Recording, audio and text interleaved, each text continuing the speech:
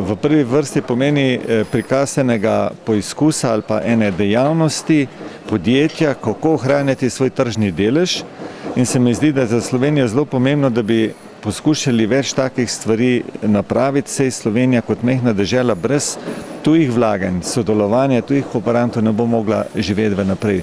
Mi se povezujemo v tem smislu, da ohranjamo svetovni trg. Več bo pa povedal konkretni naši stvari direktor, naš Iskre zaščit, Goran Vučinić. Goran, izvoli.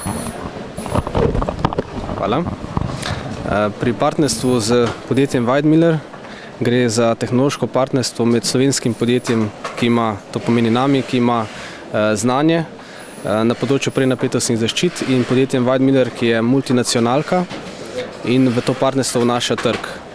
Gre za povsem enakovredno partnerstvo med nemškim in slovenskim podjetjem, ki smo ga začeli decembra leta 2011 in zdaj po enem letu to partnerstvo nadgrajujemo tudi z joint venture podjetjem. To joint venture podjetje je ustanovljeno z namenom proizvodnje izdelkov, ki so jih razvile Iskre zaščite. Naj poudarim, da so te izdelke razviti na osnovi samo in izključno slovenskega znanja in da je tudi v teh izdelkih praktično skoraj 100% slovenskih podsestavov, slovenskih dobaviteljev.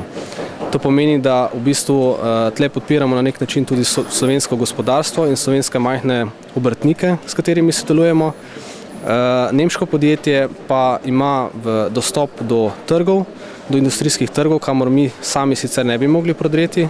Na ta način gre dejansko za nekšno tako imenovano win-win situacijo med podjetjema. Joint venture podjetje bo nekje v prvih letih poslovalo za okoli 5 do 6 milijonov evrov prihodkov.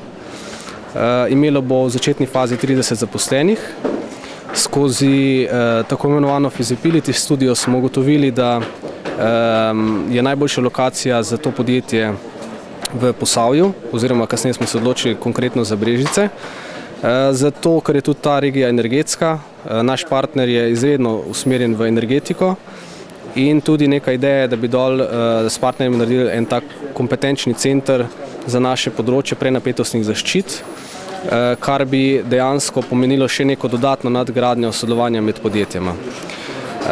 Mogoče bi poudaril še to, da dejansko je to sodelovanje med podjetjema kaže tudi na nek način en odraz oziroma eno možnost za vsa slovenska podjetja in da je slovenska industrija na neki taki ravni, da lahko ponudi svetu svoje znanje in vstopa v neka partnerstva z velikimi multinacionalkami na povsem enakovreden način.